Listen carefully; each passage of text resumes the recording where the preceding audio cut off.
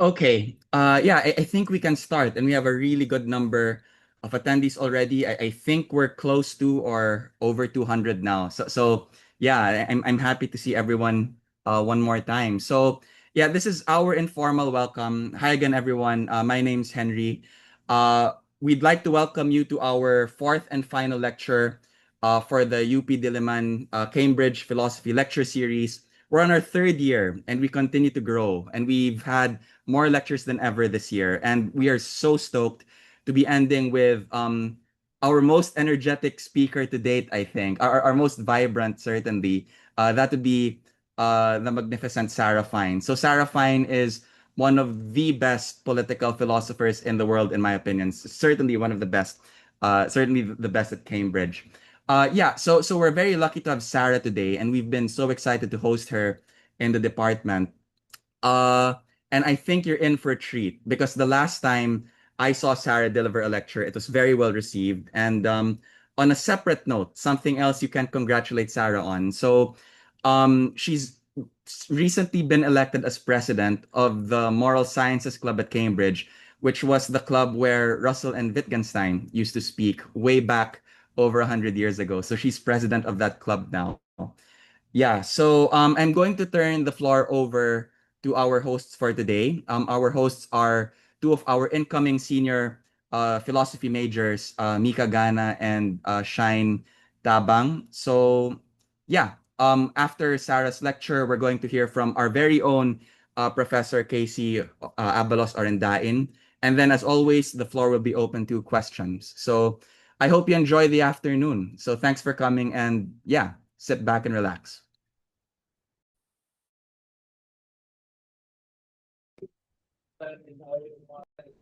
All right. Thank you, Sir Henry. So, good afternoon, everyone. It's a beautiful day. I am Mika, And I am Shine. and we are your hosts for today's online lecture. So, again, on behalf of the UP Diliman Department of Philosophy, we welcome all of you to this year's UPD Cambridge Philosophy Lecture Series. So, this is actually our fourth out of, well, four. We are all grateful that you could join us again for what promises to be another meaningful discussion. So, before we officially start with today's session, here are a few reminders to keep in mind. So, take it away, Shine. Please observe proper decorum and respect throughout the event. Everyone is requested to mute their microphones unless called to raise a question. After the lecture, the floor will be open to those who have questions or clarifications. In the previous installments of the UPD Cambridge Philosophy Lecture Series, we hosted four philosophers from Cambridge as well. So we had two in 2024 and another two in 2025 as seen in your screens. So for this year's lecture series, we featured another four philosophers with another set of very thought-provoking lectures. We already witnessed and learned from the discussions of Professor Will Hornet, who spoke on the form of agency, Professor Alexander Bird, who spoke on natural kinds in biology, and Professor Michael Potter, who spoke on Wittgenstein's Blue Book. Right. So for today, we have a lecture that would once again transport us to and allow us to learn more about another very compelling area of philosophical inquiry. Now, to kick off the lecture, may we first call on Miss Claire Tamayo, who is graduating soon as magna cum laude and whose senior thesis, entitled Justice Beyond Borders, a Cosmopolitan Application of John Rawls's Law of Peoples on Philippine Migration, cites the work of today's distinguished speaker. Let us now listen to Ms. Tamayo as she introduces one of this time's most prolific and well-known writers on philosophy of immigration, Professor Sarah Fine. Thank you for the introduction, Shine. As someone whose research interests include philosophy of immigration and borders, it's an honor to introduce one of the landmark philosophers in the field as our guest speaker for today. Sarah Fine is an associate professor of philosophy at the University of Cambridge and a fellow of Corpus Christi College. She specializes in issues related to migration, borders, and citizenship, as well as methodology in philosophy. She has a particular interest in work connecting philosophy with the arts and has been involved in a range of research-led arts collaborations. She studied at the universities of Cambridge and Oxford and taught in the Department of Philosophy at King's College London for 9 years. With this said, let us all warmly welcome our speaker, Professor Sarah Fine.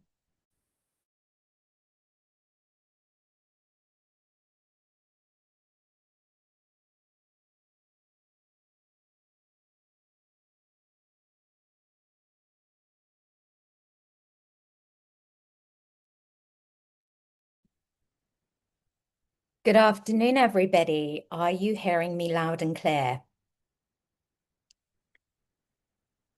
Fantastic.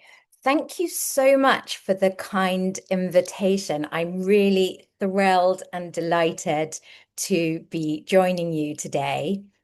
I'm really honored to be taking part in this fantastic initiative. And I look forward to hearing all about your views on these topics. So thank you very much. And I'm going to dive straight in.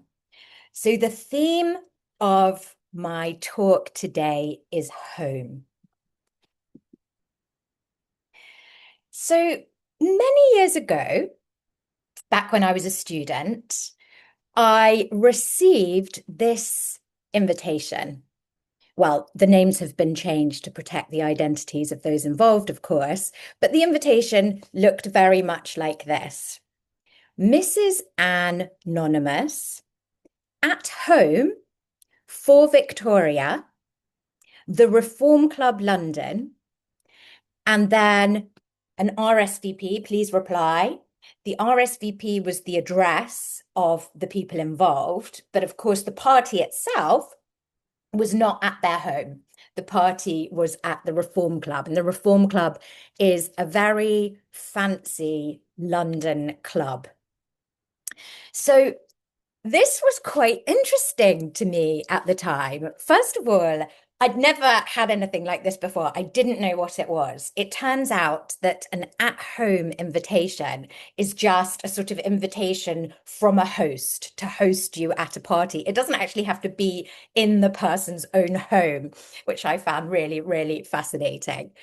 And I also thought it was quite funny that something like this, that supposedly is part of a cultural milieu that I should know about, was so completely unfamiliar to me. And I'm always finding myself learning new things about supposedly what is supposed to be familiar to me. And so that was a surprise. But I also found it interesting that when you kind of come across things like this, they can be incredibly alienating. They can have the exact opposite effect of the effect they are intended to have. So that's my starting point to say a little bit about home. And some people would say that home is kind of a bit of a neglected topic in certain areas of philosophy. And I've been thinking a lot about home in recent years, partly, of course, in relation to one of our main themes, the philosophy of migration, and partly in relation to questions around the climate crisis. So should we be thinking, for example, of the whole world as a home?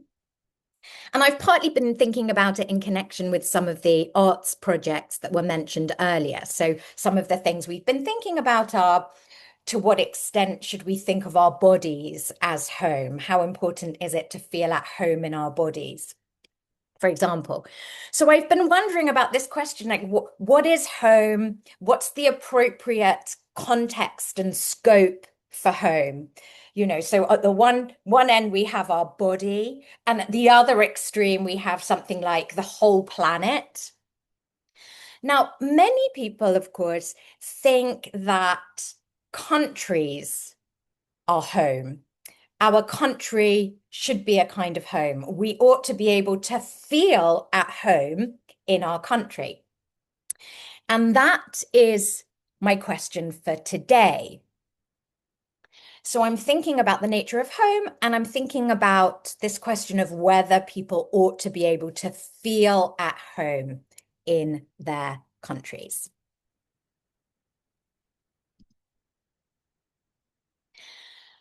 Okay, so I'm going to make a very tentative argument here because I'm thinking about these questions with you. I'm thinking about these themes with you, and I really want to hear your views. So my tentative negative argument is that we might be better off letting go of this idea that people ought to be able to feel at home in their countries. Now, for some people, it's a kind of very noble idea, but I think that the costs of thinking in this way may be more significant than the benefits. So maybe we ought to let go of that idea. And in fact, maybe countries aren't fitting contexts for feeling at home. So maybe home isn't apt in the context of countries. So let's think about that negative argument together. I'm going to also briefly present an even more tentative positive argument, because I don't just want to kind of pull away that lovely idea that many people hold on to. I want to offer a possible alternative in its place. And that alternative is something like this.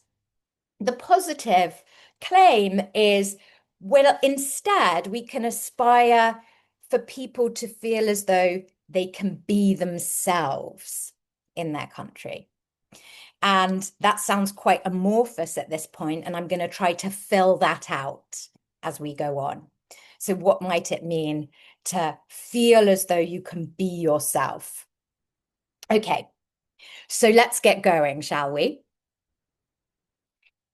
Now, I think an important point to make very early on here, and one that has probably already occurred to you, is that home has very different meanings and connotations in different contexts, both historically and, of course, socioculturally. And some of what I say here may, you think, be very, for example, European inflected, or maybe very urban inflected. So do continue to bear that in mind, and that's going to be a really important element of our discussion, how these kind of meanings and uses of home change or are different across different contexts. But in the European context here, many people, when you say the word home, and certainly in some languages, home is very much associated with the domestic, with the house, with the apartment, with the family. And what's interesting when we look at histories of home is that in the European context, the word was originally more associated with something like the village, the birthplace, the country. And it's in the sort of 17th and 18th centuries that home becomes domesticated.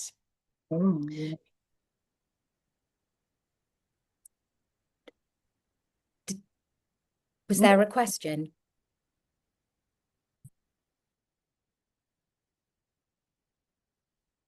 Are you able to hear me okay?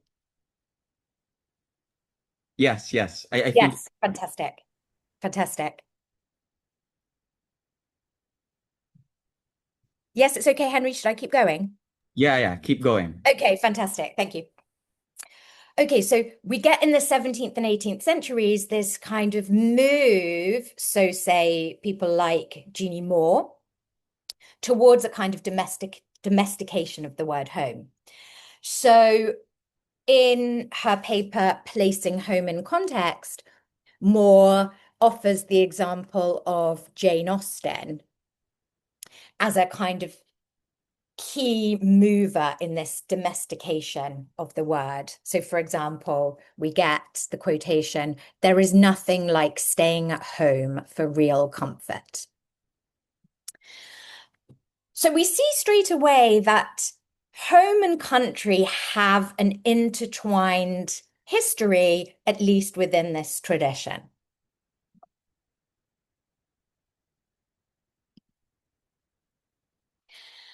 And that connection is enduring. So there's an enduring connection between country and home. Many people think of their countries as home. Countries are, in many cases, described as homelands for certain people. And that is reflected, for instance, in many, many national anthems. I've just given 3 here. There could have been all sorts.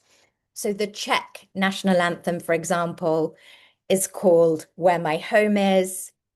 We're seeing a lot of the Canadian national anthem at the moment in the World Cup, the Football World Cup, O Canada, our home and native land. Lithuania has the line, Lithuania, our dear homeland. So it's a very familiar notion that there's a connection between country and home. And many people who live outside the country of their birth or the country of their habitual residence, for example, when they're studying in Cambridge or when they're visiting somewhere else, will speak about missing home. You know, oh, I miss when I'm, say, for example, in the United States, I might say, oh, I'm missing home, talking about Britain. Or I might say, when I'm abroad, when I go back, I'm returning home. So again, we see this connection. Now, those all sound quite positive, but of course, there can also be a way that people use this negatively. And what do I mean by that? So, for example, people might say to those whom they associate as outsiders, go home, meaning leave back to your own country, as it were. And the image that I have on the slide here is from what it became notorious so-called go-home vans in the UK. So back when Theresa May was Home Secretary in the UK and Prime Minister in the UK, there was a big drive, as you may know, to create a hostile environment for undocumented migrants in the UK. And these vans were sent around certain neighborhoods, and on the side of the van was written, in the UK illegally, go home or face arrest. So these were the go home vans. So you see there can be this negative use of the notion of country and home. All right, so to think a little bit more about how people use the word home and what people might mean by home, it might be interesting for us to take a look at what were quite popular in the 20th century, towards the end of the 20th century. These were kind of meaning studies. So when people wanted to try to think a bit more about how we use words, we might engage in a kind of meaning study, asking people, what does the word home mean to you, for example? So there was a very interesting study by Putnam and Newton in 1990, researching the meaning of home. And according to them, when they asked their selected sample of people, which words do you associate with home? The ones that primarily were mentioned were these on this slide. So privacy, security, family, intimacy, comfort, and control. So there are quite a few interesting things going on here. And before we take this much further, we should note that there's a reason these kinds of meaning studies went out of fashion at various points. And there's a reason why something like this is controversial. And you might be thinking straight away, well, I'm not sure that those are words that I would associate with home. And part of the controversy here is, well, it depends what your sample is. It depends who you're asking. So, for example, these particular studies were accused of only asking, say, particular socioeconomic groups or particular cultural groups. And the words will be different depending on who you ask, which context you do the study in. And another thing you might notice here is that all of these are either what you might call neutral or positive. We're not seeing here negative words associated with home. And that's going to be difficult too, because for many, many people, home might be quite an ambivalent notion. So we're going to talk more about that in a moment. Nonetheless, it's interesting to sort of think about the words that tend to come up in association with the concept of home. That's a way to kind of get started thinking about the relationship between home and country, for instance. Okay, so now we're going to think a bit about why I'm proposing that perhaps we should move away from this association between country and home. And what I'm going to start with are two ideas that you come across in the literature that might support a move away from the association between country and home. And these are not ideas that I'm going to push here. I just want to mention them for your interest. So one is from economists. And many economists in the UK, for example, have talked about the so-called household fallacy. So one of the things that a lot of UK politicians do when they're criticizing previous economic policies, or they're explaining why they think they need to tighten the country's belts, they need to spend less, they need to get on top of the country's finances, is they'll say something like, the country should manage its finances like a household. And so a country needs to live within its means. And they might say something like, oh, the problem is for 25 years, we haven't been living within our means. And every household knows that if you don't live within your means, you're going to get into trouble. You're going to get into debt. And economists have called this the household fallacy because, for various important reasons, countries are not like households when it comes to the finances, for all sorts of reasons. That's not the route I'm going to go down here, but again, it's a kind of important thing to note. Now, the next important piece of the next important thing to consider is why many feminists, for example, are quite ambivalent about the value of home.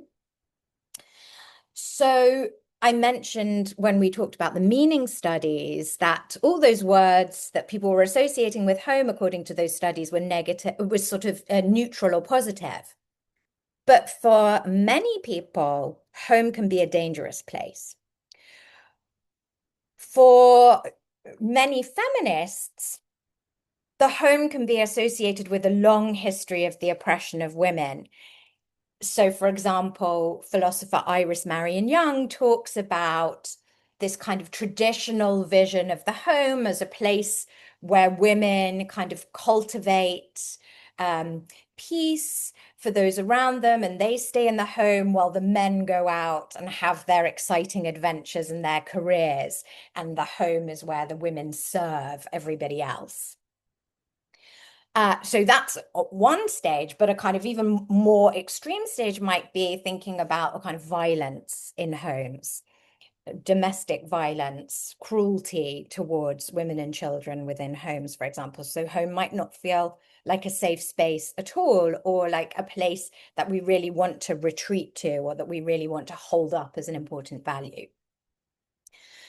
Now, I'm not going to push that because I'm more ambivalent. I think many feminists are kind of ambivalent. Rather than fully rejecting this idea, they kind of point out the ambivalence of it, or even kind of talk about the celebration of home.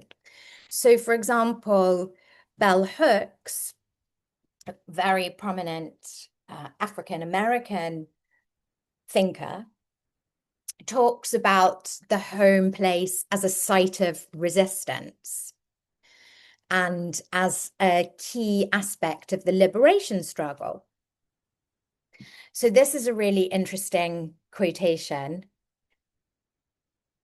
where Bell Hooks writes that since sexism delegates to females the task of creating and sustaining a home environment, it's been primarily the responsibility of Black women to construct domestic households as spaces of care and nurturance in the face of the brutal, harsh reality of racist oppression, of sexist domination. But then she says, well, historically, African American people believed that the construction of a home place, however fragile and tenuous, had a radical political dimension. So that's partly because this is a site of potential safety in a society that's incredibly hostile and dangerous. So she says, despite the brutal reality of racial apartheid, of domination, one's home place was the one site where one could freely confront the issue of humanization, where one could resist. And she says Black women resisted by making homes where all Black people could strive to be subjects, not objects, where we could be affirmed in our minds and hearts, despite poverty, hardship, deprivation, where we would restore ourselves the dignity denied us on the outside in the public world. So that's a very important point to note. And if you read Bell Hooks's Home Place, A Site of Resistance, you see, for example, her talking about walking through really hostile neighborhoods to go to her grandmother's house, and her grandmother's house was like a sanctuary in the midst of that hostility. Okay, so let's think about what home could possibly mean in this context, how or whether it might be apt at the level of country. And here I'm going to take as our starting point two pieces of writing from Iris Marion Young. And the first is A Room of One's Own, Old Age, Extended Care and Privacy, which is reprinted in her book on female body experience. And I really recommend reading this piece if you have a chance, because in that piece, she's thinking about what might go wrong in the kinds of homes that are created for elderly people who can't live on their own. Say, for example, kind of institutions designed to care for people who can't care for themselves. So when she's thinking about the meaning of home, she says briefly that home is a space in which one dwells among personally meaningful things. What does that mean? And it's going to be important to spell this out because we spend time in various places, right? So many of you now might be in your office, or some of you might be in a cafe, some of you might be in a library. We dwell in certain respects in various places. What distinguishes those from a home? And Iris Marion Young says, well, there are kind of two levels in what she calls the process of the materialization of identity in the home. And what she means by that is that homes are things that we stamp our identity on and that we live in and that become like us or bear the stamp of us in some way. So what are these levels? First, we have the arrangement of things, she says, and it as an extension of the bodily habits of those who live among them and support for their routines. And I'm going to say more about each of these in just a minute, so don't worry if I'm going a bit quickly here. And then she says the next stage is the sedimentation, the kind of layers of historical meaning in the things of the home and activities preserving those meanings as living. Right, so what does she mean by this? Let's dig down into it.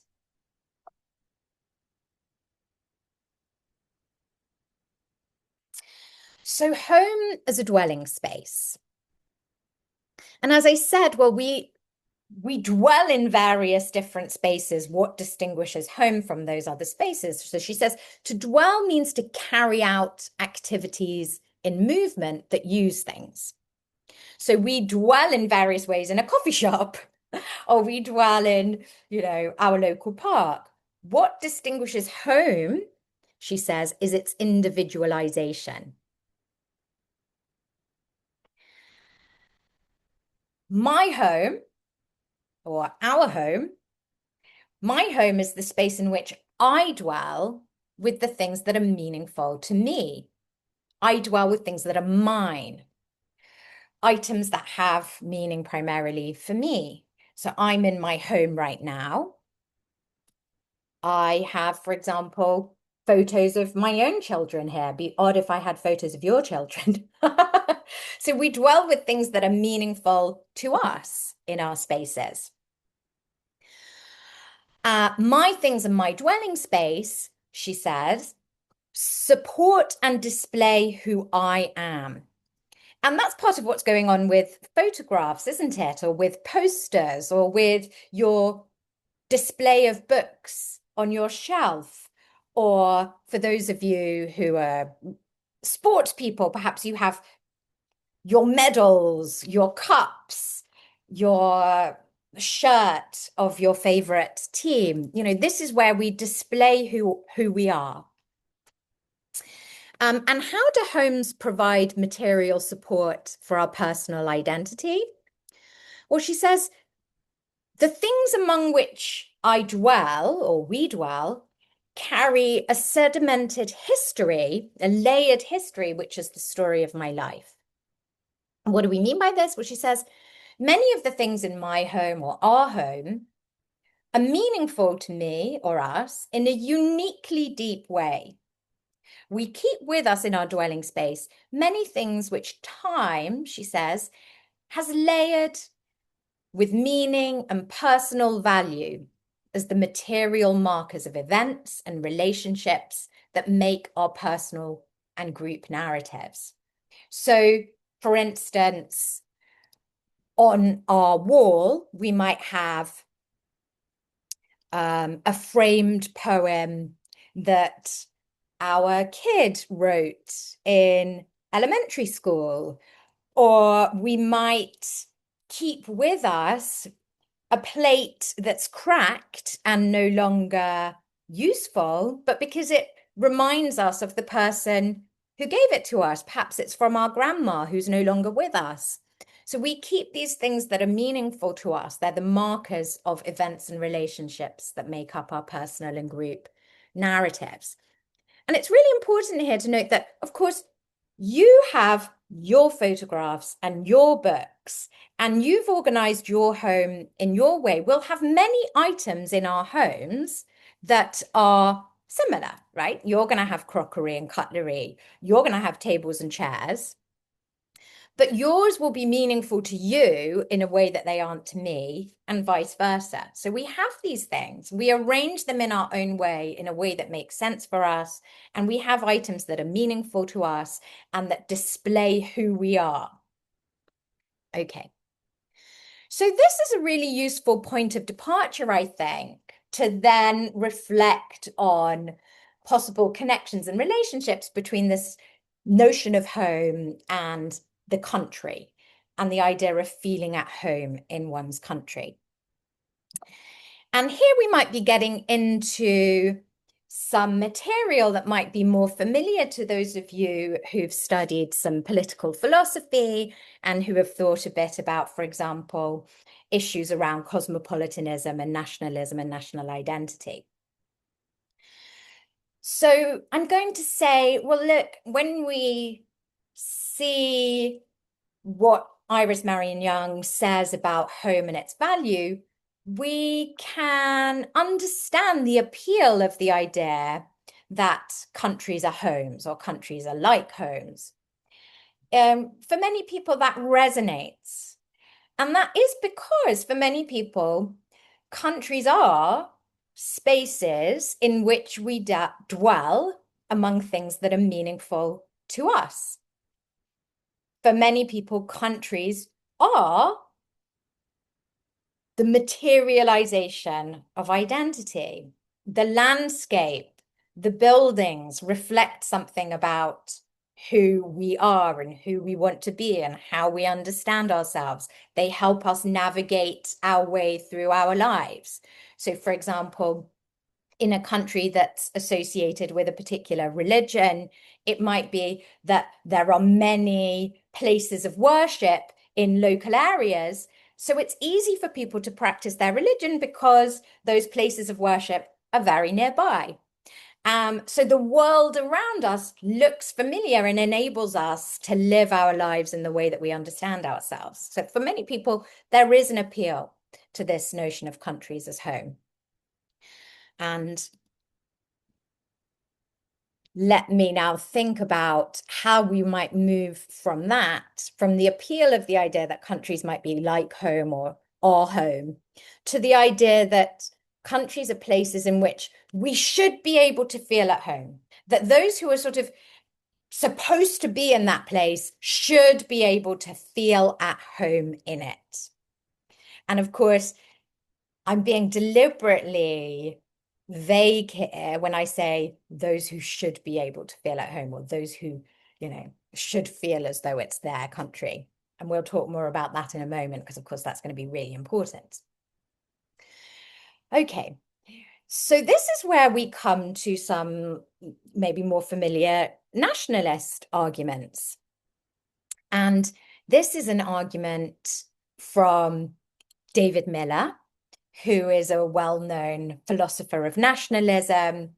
He is somebody who's identified as a liberal nationalist. And he says, well, look, there's an internal relationship between a national culture or a nation's culture and its physical shape.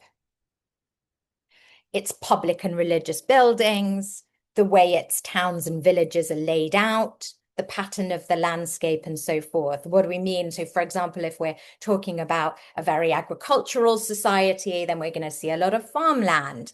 If we're talking about a country that really associates itself with kind of democratic governance, we're going to see a lot of buildings in, state capitals that are designed to look like, democratic spaces, fora for discussion, and so on and so forth. So the physical shape relates to the so-called nation's culture. And so then he says, well, people feel at home in a place in part because they can see that their surroundings bear the imprint of past generations whose values were recognizably their own. So, you see in a country associated with, say, Christianity, you see the cathedrals. In a country associated with Islam, you'll see the mosques. You see the imprint of past generations. And he says, well, this doesn't rule out cultural change, but it gives a reason for wanting to stay in control of the process, he says, for teaching children to value their cultural heritage and to regard themselves as having a responsibility to preserve the parts of it that are worth preserving, for example. So this notion that there's a relationship between the nation's culture and its physical shape explains why people feel at home in a place because they can see the surroundings as kind of relevant to their identity, which connects them with a cultural group over time. And we can see then, he says, why people will want to stay in control of a process of change. And that's going to be very important for his views about migration, because he thinks that this sort of thing provides part of a justification for controlling migration in order that the pace of change doesn't spin out of the control of the people who ought to be able to, say, feel at home.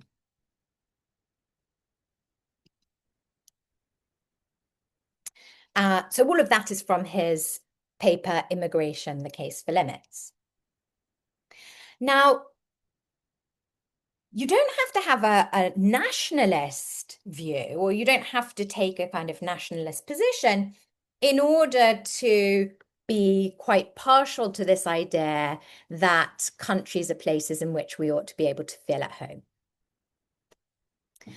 So here, for example, we have some work by Andy Mason, who wouldn't consider himself a nationalist, but he also talks about the importance of people feeling at home.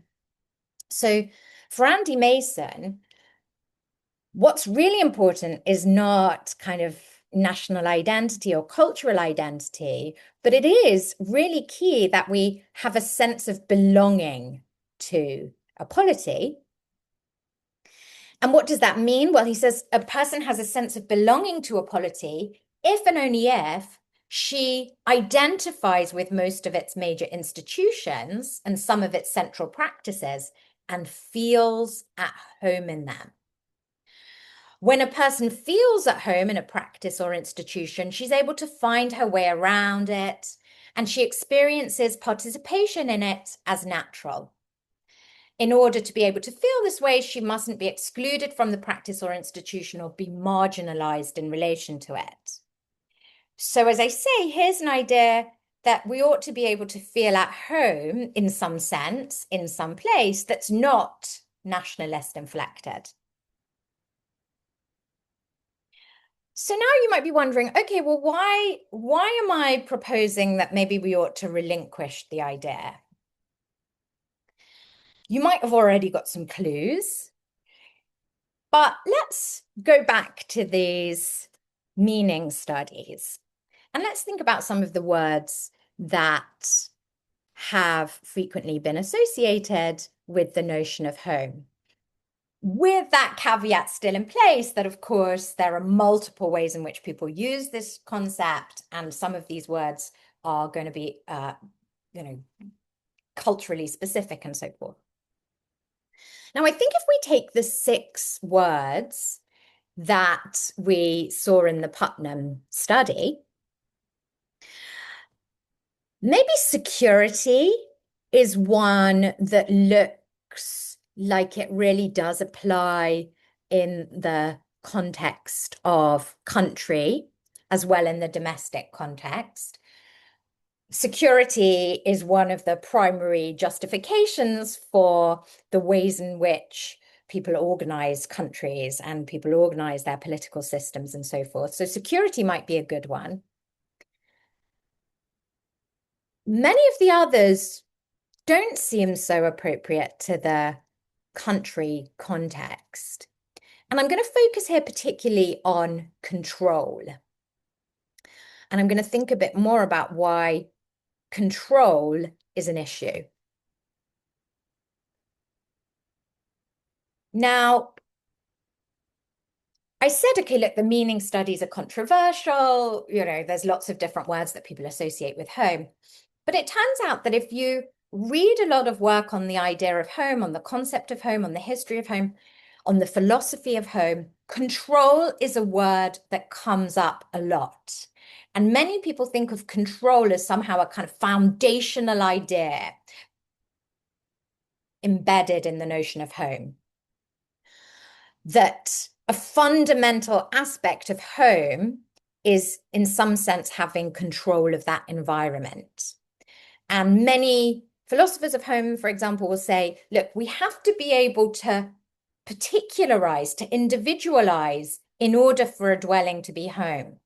So, for example, there's a reason why it's going to be very difficult to make your home in, say, a generic hotel, because the hotel, the rooms are the same for everybody, and you don't have control over that space. It's not a space that you get to organize, that you get to particularize, that contains things that are representative of you and your lifestyle in any way. So for many people, control is key. Let's have a look at some examples. So Mary Douglas, in The Idea of a Home, argues that home starts by bringing some kind of space under control. We also see this in a very interesting article by Cara 9. So if you're interested in what philosophers have said about home and you want to think a bit more about the philosophy of home, I really recommend reading Cara 9's The Wrong of Displacement, The Home as Extended Mind. It's a really, really fascinating piece.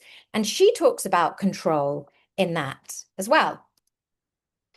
So she says in that individuals have a need to control a space and belongings of their own so that they can engage in reflection with their beliefs and values that are mediated by their relationship with their belongings. So part of what Cara 9 is saying here is, look, we need to be able to organize our space in such a way that interacts with important parts of our concept of self and how we understand ourselves in the world. So what does she mean? So she says, for example, in a Catholic household, we might have a font, crucifix, shrine, and that helps to reinforce the family's religious convictions and way of life.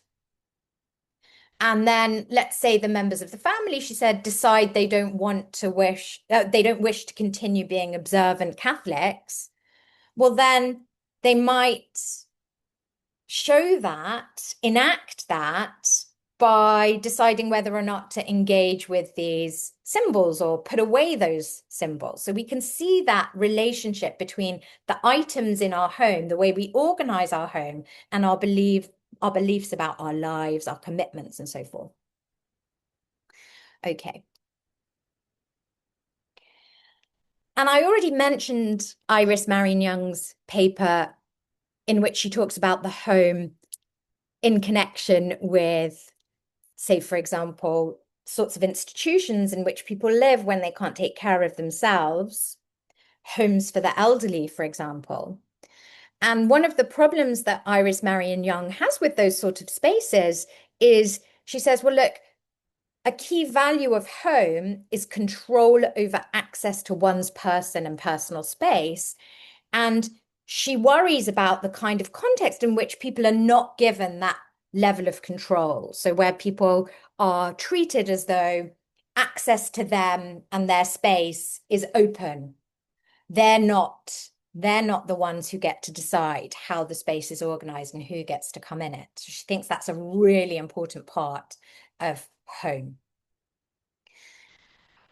Right, so why might we think that control is a pressure point here, that it's a sort of illustration of where home and country might come apart? Well, I think there's a good case for seeing that we really can't aspire to anything like that kind of control with respect to countries. Now, homes are going to be, various homes are going to be different. If you're a child in your parents' home, for example, you're going to have far less control over that space than your parents. If you're in an intergenerational household, it's going to look different again.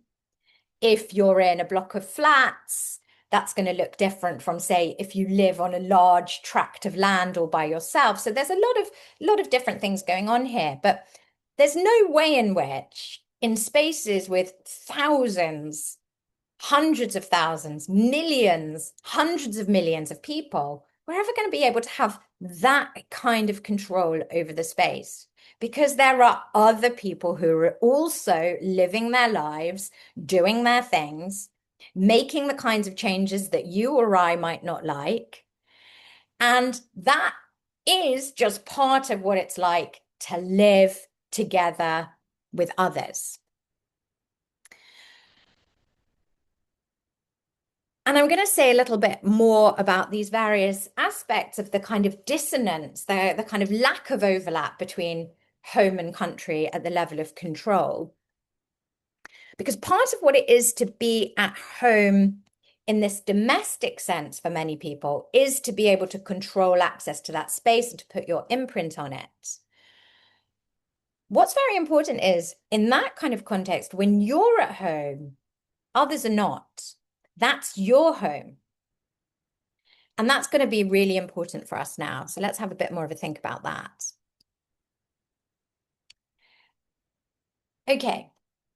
Now, one of the issues, so we don't have that level of control. We can't have that level of control at the country context. It's going to be different in different countries, of course. So somewhere like the UK, where I live, has a very long history of migration, has national minorities of all kinds, Scotland, Northern Ireland, Wales. It's very nationally mixed, culturally mixed in all sorts of ways, got lots of different religious groupings.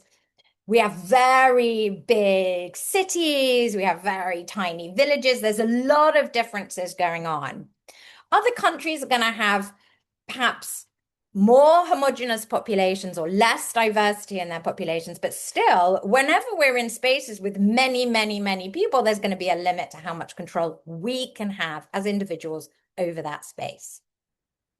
So one of the things that I worry about is that this notion that one's country is one's home and that one ought to be able to feel at home in that place. I think this kind of creates unrealizable expectations. So we see that a lot in the UK context, and we've seen that a lot over the last 10 years and slightly before that in the example of Brexit, the United Kingdom leaving the European Union. And one of the things that happened a lot in the discussion around whether or not the UK should leave the European Union was there were many people on the side of leaving, those who supported leaving, who said, this is my country and I don't feel at home in it anymore. It doesn't look like the country I grew up in. And one of the issues that they thought was at the source of this was, for example, freedom of movement in the European Union. They thought this was changing the very nature of the UK population. It was changing UK institutions. The country didn't look in terms of landscape, in terms of population, in terms of institutions, as they expected it to look, as they wanted it to look. So there was this big, it's my country and I don't feel at home. And that's a problem. That's a problem. I ought to be able to feel at home here. And it's somebody else's fault that I don't feel at home here. So it has an unrealizable expectation, or creates unrealizable expectations, perhaps in maybe settled populations. But it has also the flip side, that it creates this idea that those who move to a country might be a kind of permanent outsider, that it's never really going to be their home, that they don't really belong in this place because this is somebody else's home. And these, I think, are extremely problematic ways of thinking about countries. So let's say a bit more. Now, some people really like to think in terms of hospitality. There's a long tradition of thinking of countries as having, say, customs of hospitality or even duties of hospitality, that we ought to be hospitable to guests. And some people like to talk about hospitality in the context of migration, that it's great to be hospitable, that we should be hospitable to, say, for example, refugees or vulnerable migrants in some sense. Now, I'm not a fan of the hospitality model at all, because part of what happens here is that you're setting up the idea of hosts and guests, that some people are the rightful residents, they're the ones whose home it is. And yes, maybe they ought to be kind to the guests, but those who are guests are sort of there on sufferance. They're there as a kind of privilege. It's not a right. Other people are allowing them to be there, and they could outstay their welcome. There are those who make the rules and those who just have to follow the rules. Now, this is really going to be important at a lower level, or at a less important, at a less grave level, and at a more serious level. Now, it's really important to think about what I said before about, hey, look, when you're at home, that means other people are not at home. Now, we have all these expressions, don't we? Like, make yourself at home, or my home is your home, or, you know, treat my house as though it's your home. Now, in a kind of British context, for example, we might say that politely. We don't really mean, oh, you know, jump on my bed, go rearrange the cupboards, you know, here's a key, change the locks, you know, do whatever you want, buy a Netflix subscription. You know, we don't really mean my home is your home. We mean we want you to be comfortable, but we also might mean something like, please, can you treat it well? Please don't mess around with it. Anyway, if you're at home, somebody else isn't at home. If it's your home, it's not going to be somebody else's home. And I said, well, there can be the sort of gentler version or the softer version. There can also be the more extreme version.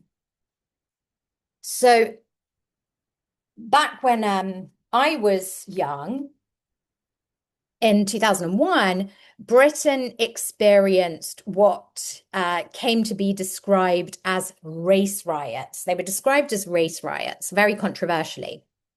These were riots, or at least protests that turned violent in parts of the country, in Oldham, Bradford, and Burnley in the United Kingdom. And what happened was there were violent confrontations between members of communities, some of whom were of South Asian origin, but had been long-term residents of the UK and or had been born in the UK and or were British citizens, and members of white communities within those same spaces. So there were violent confrontations. And very controversially, David Blunkett, who was the Labour Home Secretary at the time, the Home Secretary is the governmental role in the UK in charge of law and order, and also in charge of migration, I should say. And there were many reports on what was going on. Some people say, for example, and this is the sort of standard view now, that really what was going on here were problems to do with poverty, underemployment, it's sort of socioeconomic. But these were described, as I say, as race riots. And David Blunkett made a speech in which he said, sort of laying the blame at the citizens and residents who were of South Asian origin, he said, we have norms of acceptability. And those who come into our home, meaning Britain, for that is what it is, should accept those norms, just as we would have to do if we went elsewhere. And this is kind of highlighting, showing all those things that I'm worried about here, that there are people who are at home and people who are guests, people who belong and people who are there on sufferance, people who get to make the rules and those who just have to abide by the rules, those who are treated as permanent outsiders and those who are treated as though this ought to reflect them in all sorts of ways. So while I'm not sold on the idea that we should stick with the notion that countries should feel like home. We should be able to feel at home in our countries. I do recognize that we have various basic needs and that countries should be able to meet some of those basic needs. Some of those are very straightforward, the kind of physiological needs that we have for food and shelter, for instance. We also have safety needs around employment and law and order. Countries can provide those, and we often think of countries as prime agents for providing those. However, we do also have communal psychological needs. I recognize that. So part of this idea of feeling like we're at home in a country, or thinking that we ought to feel as though we're at home in the country, is sort of tapping into that idea that we have these psychological needs connected with space. So how do I want to answer that? And I said at the beginning, well, look, this idea is very tentative. What do I want to say? Well, I want to think back to what goes wrong when we sort of feel out of place. What goes wrong when we feel alienated? What goes wrong when we feel as though we don't belong, where we're not comfortable? Well, I think that's the opposite of what we're looking for. I don't think this notion of feeling at home in a country is what we should be striving for, because of all the costs that I mentioned, because of all the problems associated with that. But instead, I'm sort of looking towards an idea that we should feel that we can be ourselves in a place, in a country. Now, I said that part of the problem with thinking of countries as though they ought to be homes for us is that these are places in which many, many, many people reside, and they're doing their thing and they're living their lives. So part of what I'm trying to say is we can't expect the environment to bend to us, to look like us, to match our tastes and our preferences. But if we are forced to bend always to that environment and to be something other than what we are, to present ourselves differently from who we think we are, well, that's going to be alienating. That's going to leave us out of space. So I'm trying to find a balance, and I'm trying to say, well, look, the environment isn't going to bend to us. The people around us are not going to bend to us, but we don't have to bend to that environment either. So this is what I have in mind when I say feel as though we can be ourselves. Now, that might sound like a kind of complex metaphysical idea that there's some sort of like deep self within us that we're trying to unwrap. But no, I'm not thinking like that. I'm thinking of it quite loosely, as though, what's really important to not feel alienated is to be able to dress as we want to dress, to be able to follow our own mores, to be able to decide how we want to present ourselves. So not to feel as though our religious dress or our symbols are somehow unacceptable. It's really important for us, so that we don't feel alienated in that way, to see ourselves in public roles and public places. Okay, so I said that's very, very tentative. And you might be thinking, okay, look, there are a whole host of potential objections. And I'm just going to lay some on the table for us to think about potentially in this discussion before I wrap up. So you might think, look, okay, Sarah, you're right that there are some problems here. You've identified some issues, but you're throwing out, that philosophers love to say this, you're throwing out the baby with the bathwater. You're giving up too much. There's so much value to the idea of feeling at home in your country or feeling at home in a country. So rather than say, let's move away from that, let's think about how to accommodate it better, or how to have a kind of looser notion. So here we go on to the second objection. We might say, well, look, we could be a bit more like our friends, the conceptual engineers. We can think about the notion of home, and we can kind of think, well, should we revise it to better suit our purposes? Would some other idea of home fit better?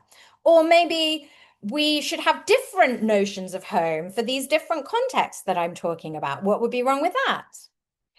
Or you might be thinking, and this is obviously really important, you might say, look, Sarah, you've presented this in English. You're talking about home in English.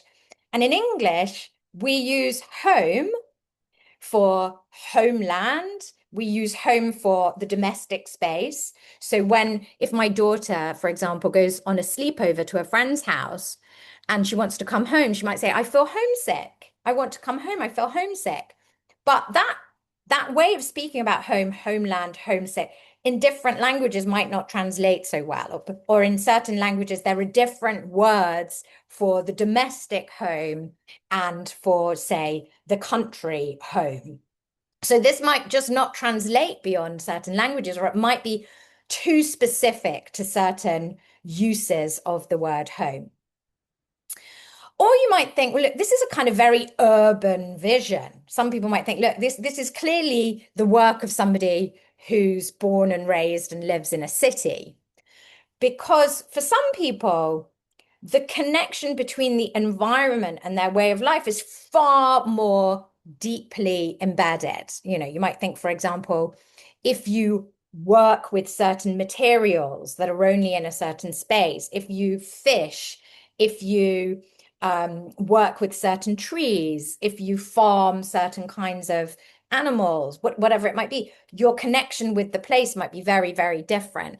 Or you might think, look, this is urban in the sense that, if you're somebody who grows up somewhere like London, like I did, well, you can feel fine in a very anonymous context. I can feel very comfortable in an anonymous context. It doesn't make me unhappy. Some people might even say they like to be in more anonymous contexts. I like to be in a kind of museum or a gallery where people don't know me and I can just sort of exist. Whereas for others, they're much more comfortable around people that they know, around spaces that they know, in smaller communities and so on. And a fifth thought there that I have on the slide, we'll have to go back a bit there, is, well, maybe this is too individualist. Or at least the conclusion might look too individualist. You should be able to feel as though you can be yourself. Well, how do we get a community out of that? And isn't that what countries are about? So I'm just going to leave those on the table for you to think about if you would like. And I'm very happy to stop there and invite any questions, comments, and discussions. So thank you very, very much indeed.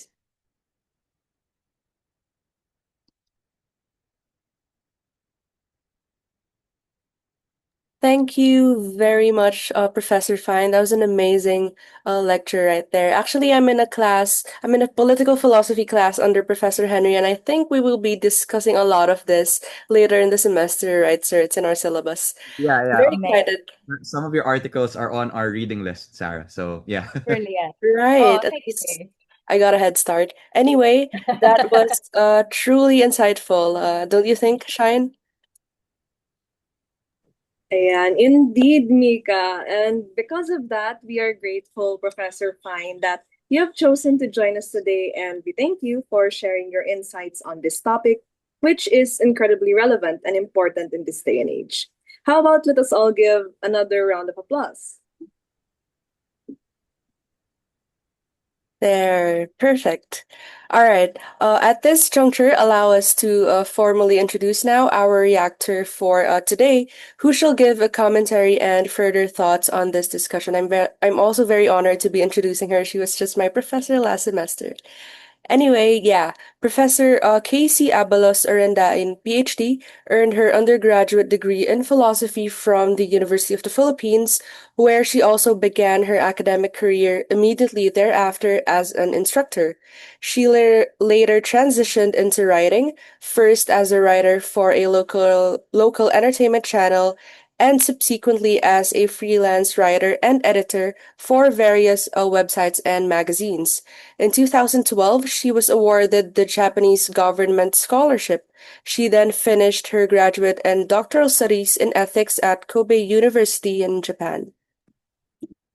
Her master's thesis and doctoral dissertation focused on the analysis of cosmopolitan norms and the rights of Filipino migrant workers.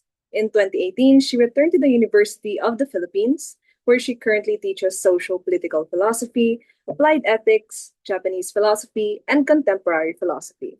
Once again, let us all welcome Professor Abalos-Orendain. Thank you, Shine and Mika. Am I audible? Yes, ma'am, you're very clear.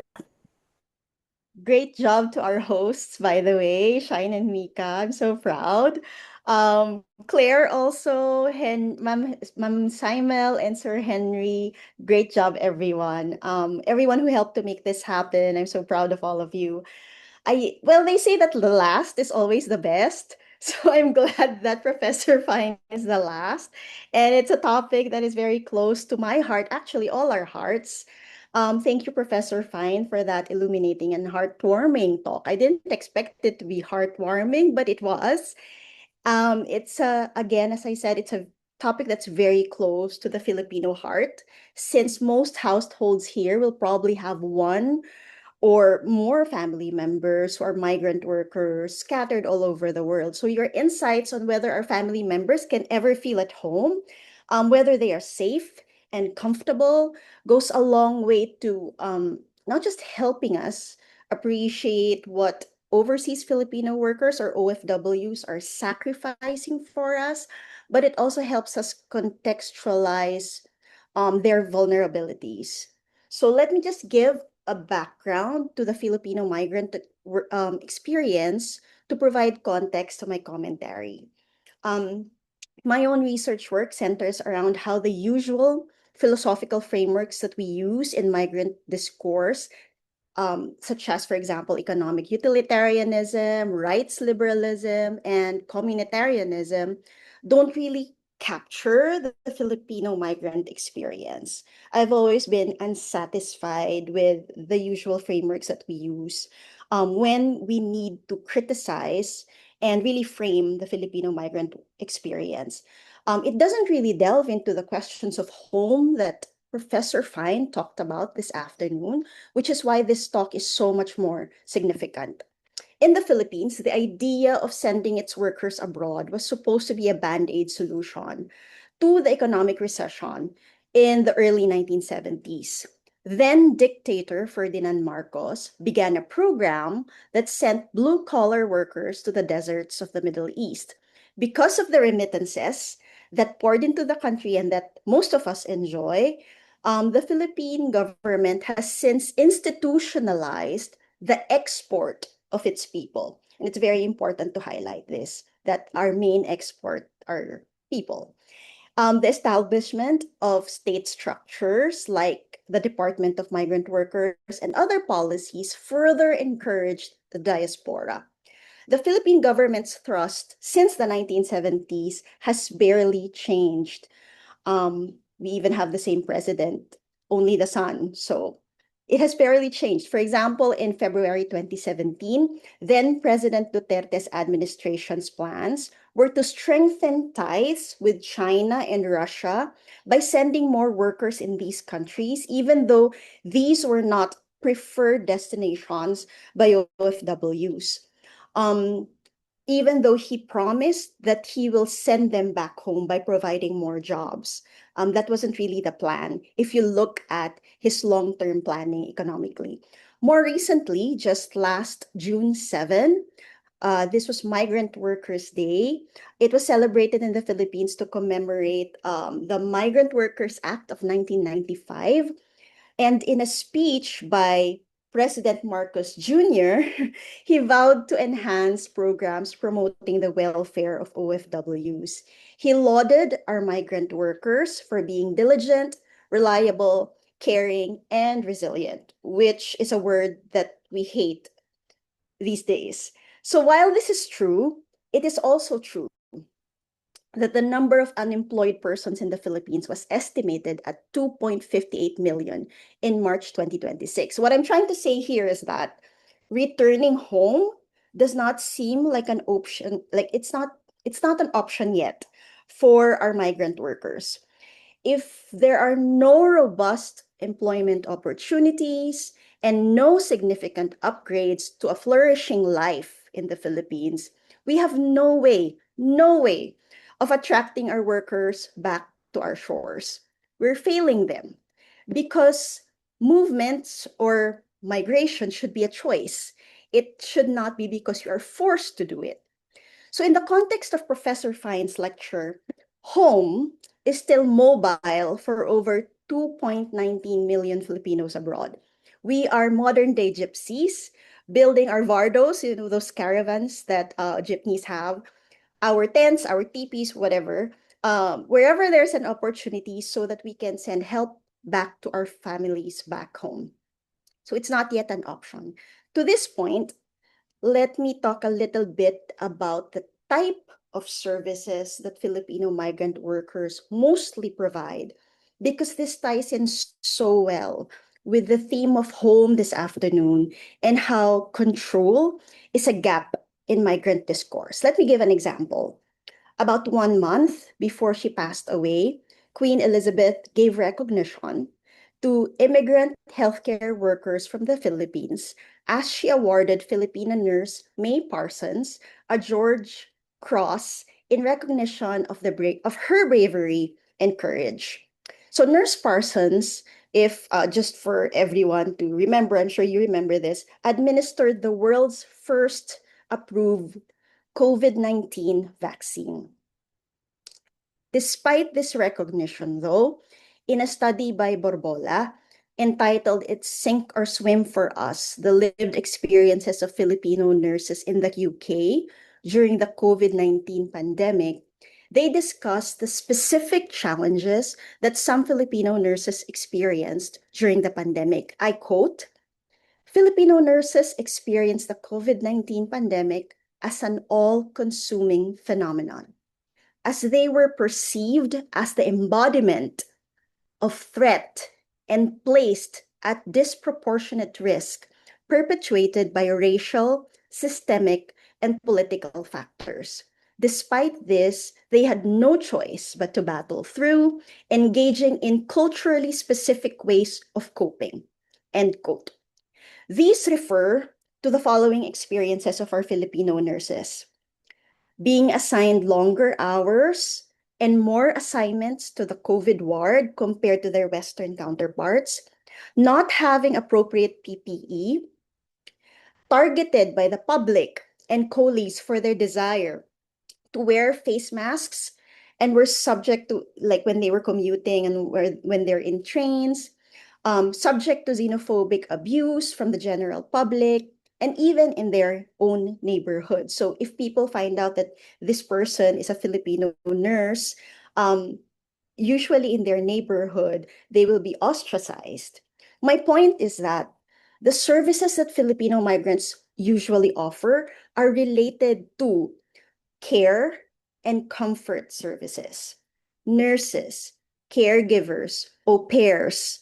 Some of these literally happen within the privacy of homes, which we discussed earlier, which Professor Fine discussed earlier, in spaces in like hospitals where people are at their weakest, and Filipinos take care of them. There are, of course, inherent dangers to this setup. Since there is no delineation between work and home, between private and public spheres, these migrant workers are at their most vulnerable. So when Professor Fine was talking about all these themes earlier, it really hits a lot of concerns that I had for Filipino migrant workers and experiences of migrant workers worldwide. So home in this context, therefore, is fraught with these tensions. However, I think, just because I don't want to end on that note, I think Filipinos find ways to create safe spaces for themselves. I'll talk about three, but I'm sure everyone here can think of more. And maybe this is a good way to like end my discussion. So first, I think Filipinos find a way to create homes wherever they may be because they have a philosophy of migration. And this can mean many things, and I don't have time to talk about it this afternoon. So I only mean to say that since we live in an archipelago anyway, movements within the country has always been part of our culture. In the past 5 years, for example, 15% of Filipinos have migrated, with 13% of those being internal migrants. So only 3% were outside the country. This means that even within the country, we are used to transplanting ourselves for better opportunities, for example. Of course, this isn't different from the experience of other countries. No, there's always been internal movements from rural areas to urban areas for employment, across regions, for example. But in the Philippines, this might actually also mean learning a new language. This is what most people don't understand, that when you move to another region or province, you might have to learn a new language. So even though you're in your home country, it may feel different because your new local community may require an adjustment as well, which is why we're talking about a philosophy of migration built into us, which leads me to the second thing that helps us create homes wherever we may be. And this is openness to multiculturalism. As a multicultural nation with about 184 languages and the diverse culture spread among like different provinces and regions and islands, not to mention colonial influences, it's part of our history and ingrained in our frame of thinking to be open to other cultures. As I said earlier, even when moving within the Philippines, we are sometimes forced to navigate new value systems and social norms as if we are in a foreign land.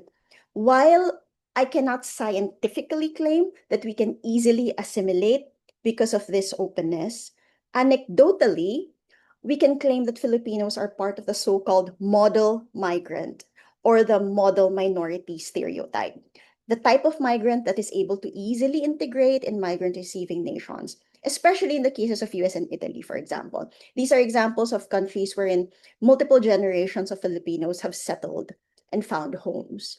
My third idea as to why Filipinos might find it easier to feel at home even when abroad is that since Filipinos are everywhere anyway, it is easier to create communities. The common saying amongst Filipinos is wherever you are in the world, just look for a Catholic church and you will find a Filipino community where you will find tips on like the best deal to send packages back home, or find people who will feed you Filipino dishes that you might be missing. I'm sure there are other factors, and this is hardly like a scientific study because I just wanted to react to what Professor Fine really talked about this afternoon. And I'm sure you guys have opinions too, like maybe as long as there's a karaoke, maybe we will feel more at home. Maybe. But what I'm trying to say is that somehow our migrants find a way to build a home away from home. Does this mean that Filipinos are more comfortable or safer or feel more in control? For sure, we find ways to make ourselves comfortable. Find the means to look for a way to cook adobo, even if you're in the Swiss Alps. Find a way to send a balikbayan box, even if you're in the middle of a desert. But really, until Filipinos migrate because they want to, not just because they have to, it's difficult to imagine that they would ever feel at home, whether they're in their own country or elsewhere. Thank you again, Professor Fine. I truly enjoyed listening to your talk. Thank you so much, Professor Casey, for your very personal commentary. A lot of what you said hits very close to home to plenty of us here. A lot of people were reacting throughout your commentary. Thank you so much, ma'am. Professor Fine, would you like to offer a response or maybe share your thoughts about what was raised? Yes. Well, first I have to say that was amazing. That was brilliant. I didn't share anything in advance, so that was all on the spot reaction, and that was absolutely sensational. Thank you. You've given me so much to think about, and I really appreciate the sensitive engagement with the material. I just wanted to say more broadly, I think this is the most professional, this is the most professional setup I've ever been to. All of you, the hosts, Henry, everything. It's fantastic. So thank you. And I genuinely can't believe you just gave that reaction. Like that was live. So I'm really grateful. That's fantastic. Yeah, so you've given me so much to think about there. I'm going to pick up on a few points as we go. So one of the things that I thought was really important is this point about like home as a kind of mobile notion. Um, I think it's one of the themes that philosophers working on migration are really trying to bring out a lot more now. Because I think in particular, a lot of the early work on the philosophy of migration had this very traditional vision of migration. So there, you have a place from which you leave to go somewhere else with a view to becoming a permanent resident stroke citizen in that place forever. So it's just this notion of migration as one single permanent movement away from and to.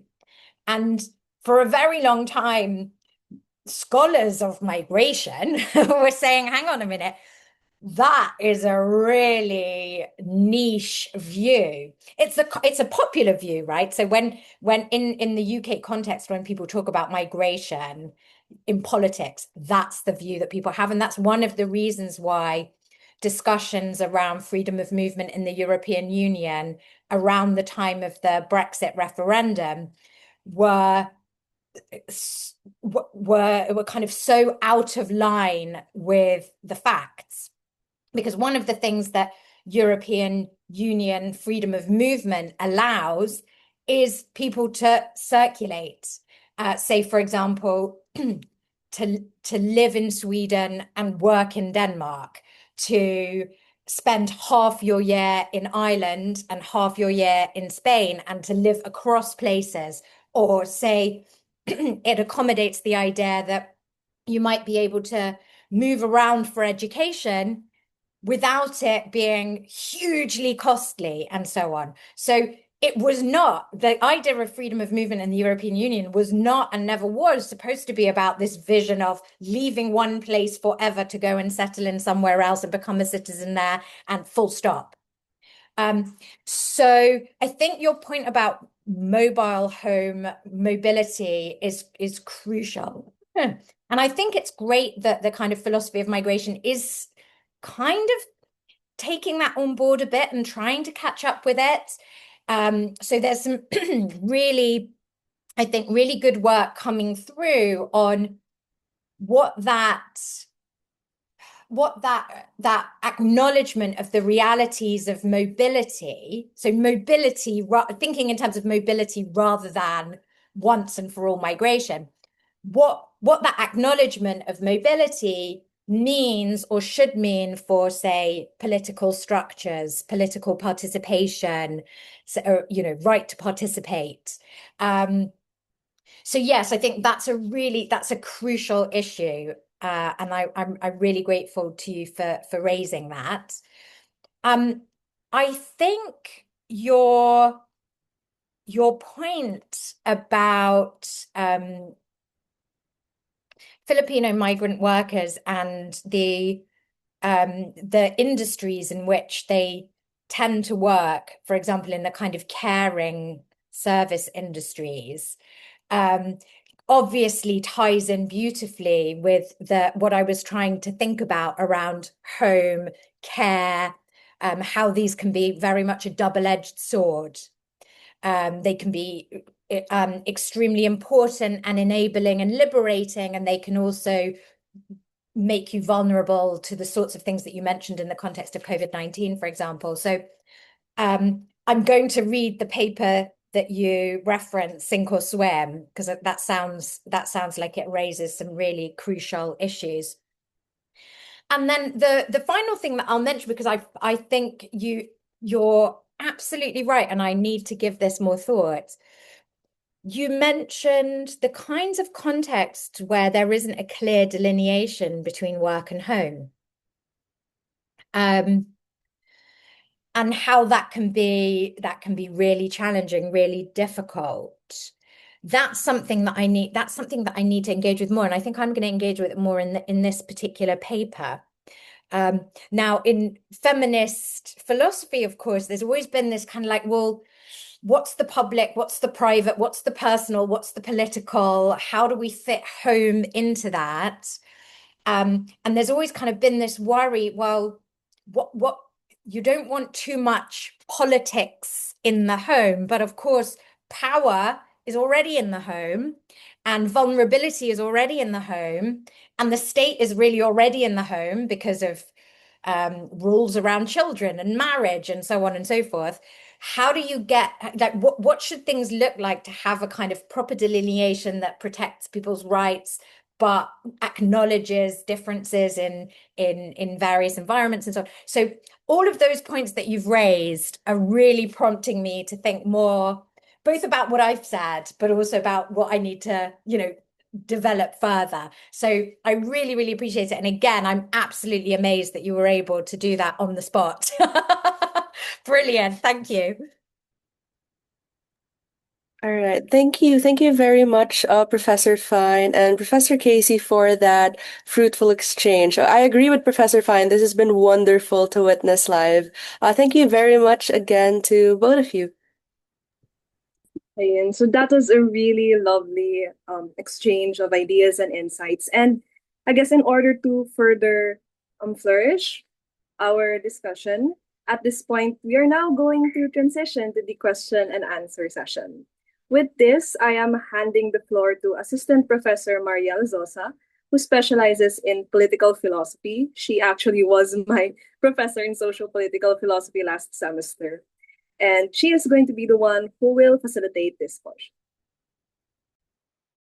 Thank you, Shine. Thank you as well to Professor Fine and Professor Casey for that.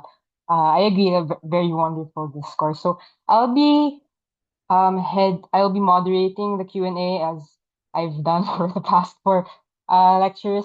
So what we're going to do again, if you're not familiar, is that please use your raise hand function, and then kindly wait to be called, and I'll ask you to unmute yourself. After which, kindly introduce yourself to the entire audience. Please state your name and the organization you're affiliated with.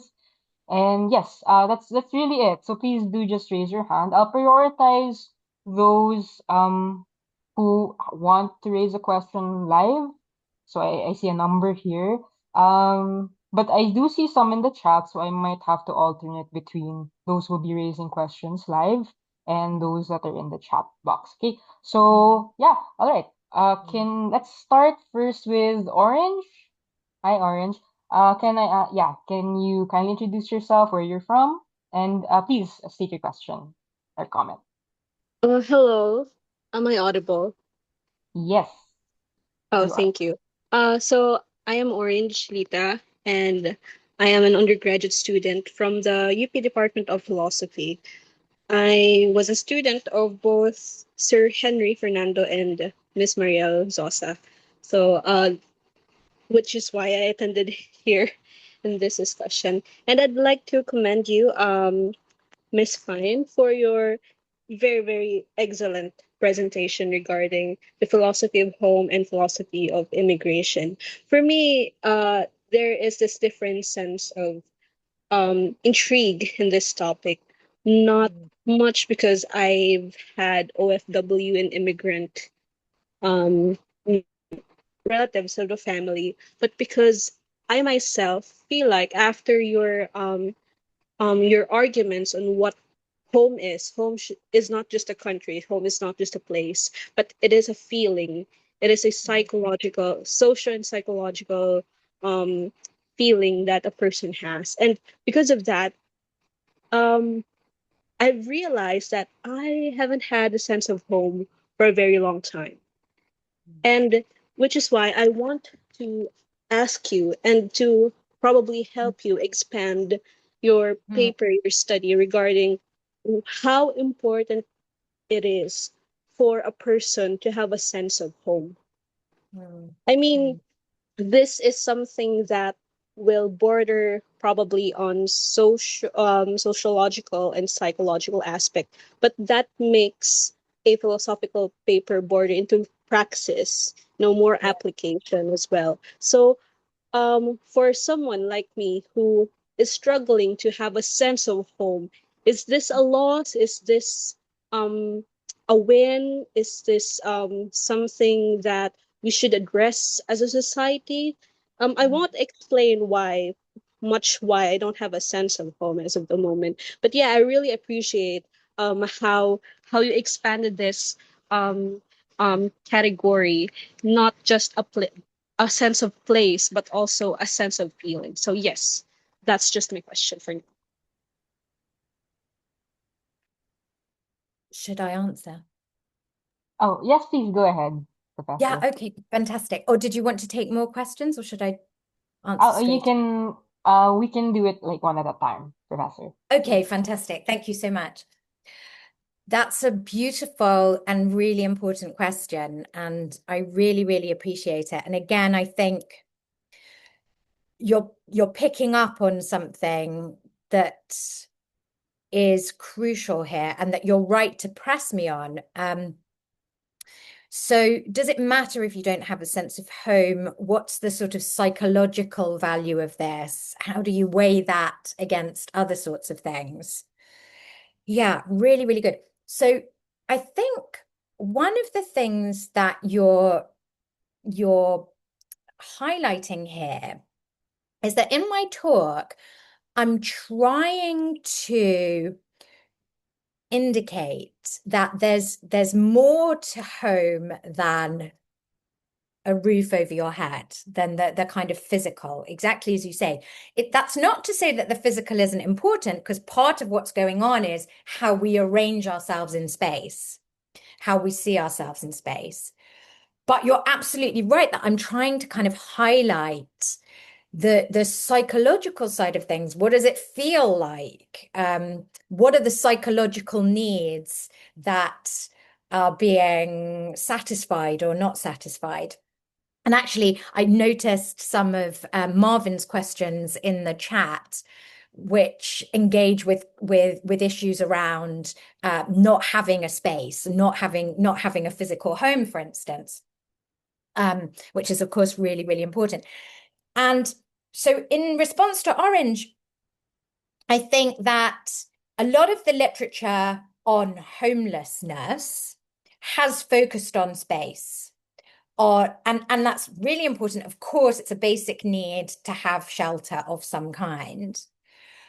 But what tends to often happen is that people devalue or don't take seriously enough the psychological elements, the psychological needs. So some of the exciting philosophical work on homelessness in recent years has very much been drawing out the social and psychological side of home. And so, for example, Kimberly Brownlee, who's a philosopher who's done quite a lot of work on relationships and associations and the importance of the social, she talks about how one of the significant problems with homelessness is that it removes from us or takes away the ability to form certain relationships in a space, to have some of our social needs fulfilled. So you said, well, does it matter if I don't have a sense of home? Well, I think it's going to depend on whether you find that liberating or whether you yourself feel that it's some kind of loss. Now we can have a sense of home and lose it, or we can constantly feel out of space, out of place, out of home. There's again some very, very interesting literature. Those of you who are working on climate change or environment might know about this literature on solastalgia. Solastalgia was a word that was coined by a psychologist to capture the way in which people might kind of lose their sense of home while they're still in place. So they can become sort of homesick even while they're in the place that they were. And why do they lose it? Because the space, the place changes so much, say, because it becomes desperately polluted. So he used this term solastalgia to capture, for example, the feelings of people in Australia whose home was sort of destroyed by mining, or to capture what happens to a community when it's no longer able to find water in its space. So you can no longer carry on your ordinary lifestyle. So you can kind of lose your sense of home even while you're still in place. And I think that's a really exciting and interesting and important concept. And it draws, as you can probably tell, on the idea of nostalgia.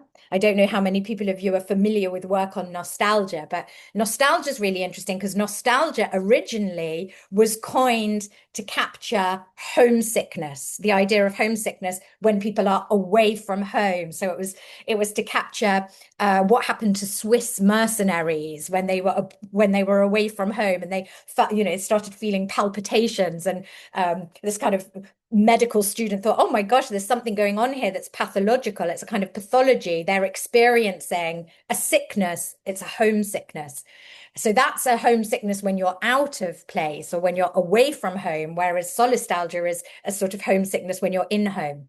So you could lose that sense of home, and that could be a source of major distress. And what Glenn Albrecht, the person who captured this notion of solastalgia, says is, well, it's a form of psychological distress that needs to be recognized. It needs to be recognized that when people are in environmental situations where they can no longer control, again, control is really important here. They can't control their space. They don't have a say over what's happening. It's happening in a way that they don't get to do anything about it. So they just have to live with it. So you experience a kind of psychological distress. So yes, it could be that having no sense of home contributes to a kind of psychological distress.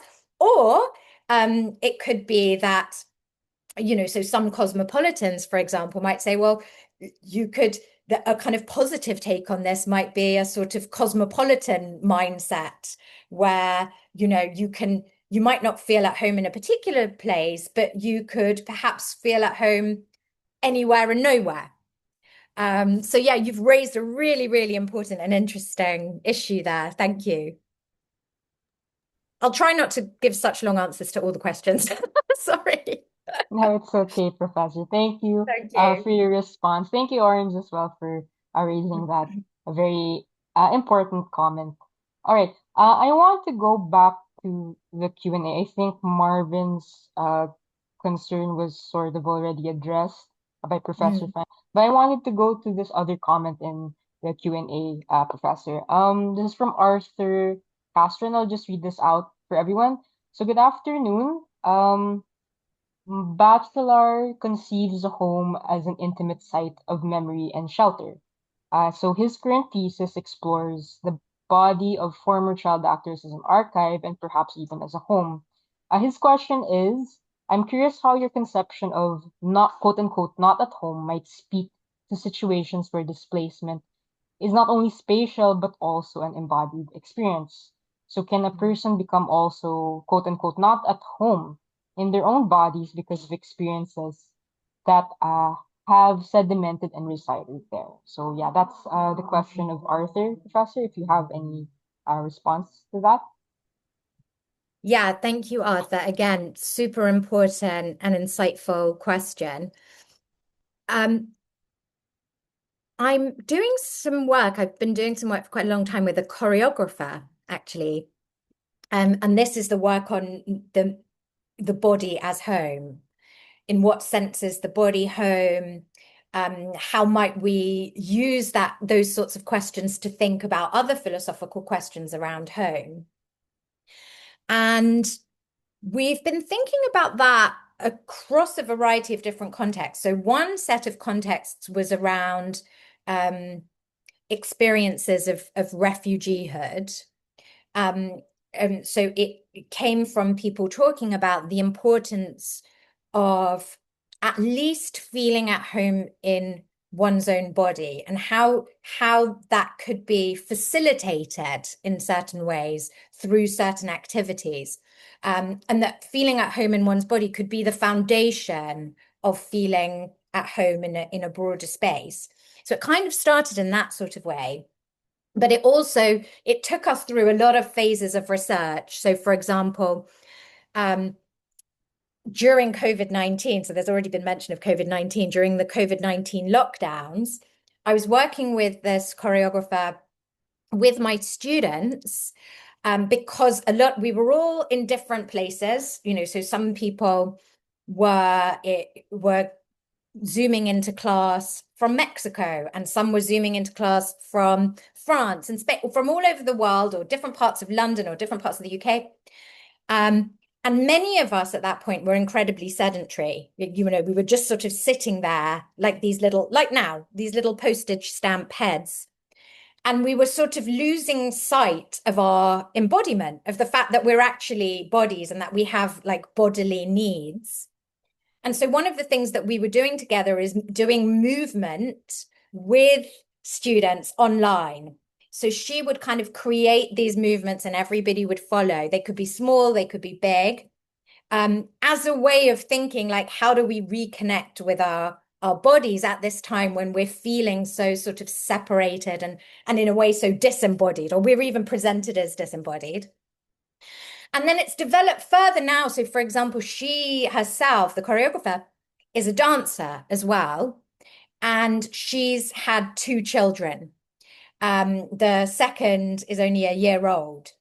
So one of the things that she's been exploring through dance is how to feel at home in your body when your body changes very dramatically. And not just changes dramatically, but so she says, for example, as a dancer, as a choreographer, she is used to understanding her body and being able to do with it what she wants. And then when one is pregnant and after birth and then moving into motherhood, one's relationship with one's body as a dancer changes.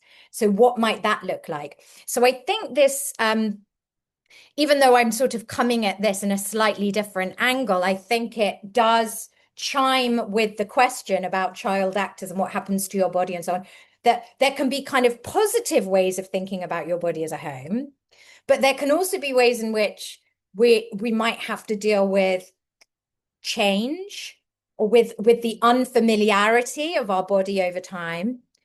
And of course, traumatic experiences, things happening to our bodies that we have not chosen, the ways in which our bodies become vulnerable or become difficult through disease, through illness, through all sorts of conditions.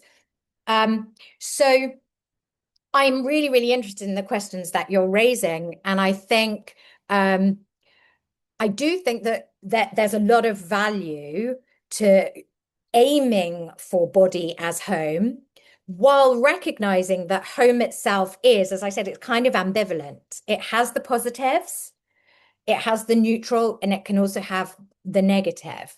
And then we need to think about how to engage with that, how to work with the change, how to deal with the trauma, to kind of re-find our bodies in the space. But yeah, before proceeding further, I wanted to acknowledge there's another Cambridge student doing the MPhil in the course. Grace Shine is here. Hi, Grace. Thanks for joining. Okay, back to you, Marielle. Okay, thank you, Henry. Thank you for that response, Professor Fine. It's a very interesting angle that you took there on the question. Okay, I guess we can entertain a couple more, maybe maybe 2 questions more, if that's okay with you, Professor. Nina, Yeah. thank you. Nina's been raising her hand for a while now. If you don't mind, Nina, you can unmute yourself. Please introduce yourself and where you're from and your question. Am I audible? Yes. Thank you so much. Greetings, everyone, especially to you, Professor Fine. My name is Nina, and I am a third year philosophy student from the Polytechnic University of the Philippines. Actually, this is my second time attending the UPD-Cambridge Philosophy Lecture Series, and it always feels like the first time encountering a new topic that should be philosophized. So, thank you so much for a wonderful and insightful lecture a while ago. So, I'd like to share my manifestation regarding your talk, as I do completely agree with your point that people feel at home when they can see their identity reflected within a specific space. So this resonated with me deeply because I was given a chance to represent our college and to travel solo to another country back in 2024. And it was my very first time traveling without the guidance of my parents. And being at a distance from them forced me out to go out for my familiar comfort zone. And reflecting on that experience, like being alone in a foreign land, didn't make me feel at home in the traditional sense, but rather it gave me a profound sense of belongingness, a newfound independence where I realized I could see and discover myself in an entirely different environment in the future. So my question is that in the context of finding one's identity through migration or like being in a foreign space, do you think that envisioning a future or seeking belongingness in a new place inherently forces us to be dependent on that environment, thereby compromising our unique particularity? Or can a person achieve true belonging while fully preserving their autonomy? Thank you very much. That is my question. Thank you so much, Nina. That's, again, such an important question. And I think you've picked up on something crucial again. So, what you're highlighting there is, I think, examples of where people might actually, in some cases, feel like a new experience or a new space brings a whole load of possibility and actually might have various advantages or might connect with them in some ways or differently from the place in which they have formerly resided. There's a kind of really set of interesting literatures, both fiction and non-fiction, on this kind of thing. So you're making me think, for example, of James Baldwin, African-American writer who lived most of his adult life in France. And part of what he says there is that he was able to be himself and to feel at home in France in a way that he never was in the United States, because in the United States at the time, he could only be seen and be experienced as a Black man. And that had a particular set of connotations in the United States context, whereas in France, in Paris, he could live his life in a whole different sort of way. And there are many people who say, I was never at home where I grew up, or I was never at home in that community. It wasn't until I did this, or I moved here, or I tried that. Or it might be, for example, that, so I have a friend who is who has a refugee background, and part of the reason why he sought refuge was because of his sexuality. And so he was never able to be himself in his former country of residence, whereas now he can live in a way that he feels is more authentic to him. Of course, he has, there are many ways in which he misses and values his former place of residence, but the new place of residence has brought a whole load of opportunities and ways of being comfortable that he didn't experience before. So I think you're you're raising something extremely important there. And I mentioned before in response to Orange, well, you know, we might think in terms of a kind of cosmopolitan mindset. Jeremy Waldron, as you probably know, some of you will be reading about Jeremy Waldron. One of the things that Jeremy Waldron and also Anthony Appiah talk about is how you can kind of have a cosmopolitan mindset, but that doesn't mean that you don't care about where you're from, or you don't have any connection or sense of you know, the importance of place. You can care a lot about those things, and you can have you can really be committed to the values of the place. You can really identify, but you can do that at the same time as being curious and wanting to try lots of different experiences and appreciating the value of all sorts of different places and ways of life and so on.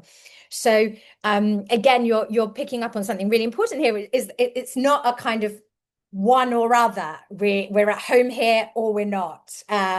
We can only be at home where we came from, or, you know, these sorts of things. As you say, that it's much more complex and nuanced than that. So thank you. Thank you as well, Professor Fine, for addressing Nina's comment. Okay. Thank you. If you don't mind, I'll go back to the chat box because Yes. we had a student who raised her hand, but yeah, she just coursed her question through the chat box. So this is from Tony, who is an undergrad student of ours. Good evening. Throughout our discussion, we've been talking about home and homesickness, with homesickness often understood as a negative emotional experience. This made me wonder if home is understood as a psychological sense of belonging. Is home necessarily a positive notion? Can home also be a place of fear or painful attachment? And if so, how does that complicate the idea of seeking or creating a quote unquote home? So that's Tony's question. If you have any comment, quick comment on that, Professor, that would be great. Thank you so much. And I really appreciate you raising this, because I saw Tony's question in the chat and I was thinking if it didn't come up, I would come to it. So great. That's brilliant. Yeah, really important. So the last part there, can home be a place of fear or painful attachment? Well, of course, we can be attached to things and care about things that are not good for us, or that don't, you know, we can be attached to people who don't treat us well. We can miss people who have treated us badly, even after they've gone. We can mourn for complex figures who weren't straightforwardly positive influences in our lives. So there's a way in which, yes, we contain multitudes, right? We're not simple beings. But what you mentioned there about homesickness makes me want to come back to nostalgia. And I have a paper about nostalgia, which is part of why I've thought about nostalgia and solastalgia and homesickness and so on. So one of the really interesting things about nostalgia is that it's often described as bittersweet. Bittersweet. Why is it bittersweet? So the sweetness is that when we're nostalgic, we're sort of like momentarily re-experiencing in our minds something that's gone, that's no longer with us, or that, you know, we anticipate missing or something like that. But it's temporary, it's fleeting. So the bitterness is it is no longer with us. It's not, this isn't, we're not going to be able to have this and hold this. So and what's interesting about nostalgia as well, so not only is nostalgia itself often described as bittersweet, we can be nostalgic for things that weren't wholly positive, or we can be nostalgic for things that weren't positive at all, or that were very complicated. And in my paper, I give one of the examples of feeling nostalgic for things that are kind of quite complicated is my grandma. So during COVID-19, my grandma used to say, look, this is being isolated at home during COVID-19 is worse than my childhood growing up, going into the bomb shelters during the Second World War. So she grew up in Manchester in England in the Second World War and spent a lot of her young years doing her homework in the bomb shelters and things like that. And she said, yeah, that was really bad, but at least we were together. At least we were together. And so she had these kind of complex memories and feelings about what was a kind of a very difficult time. And she had various nostalgic feelings towards it. So I think what you're hitting on there, Tony, is that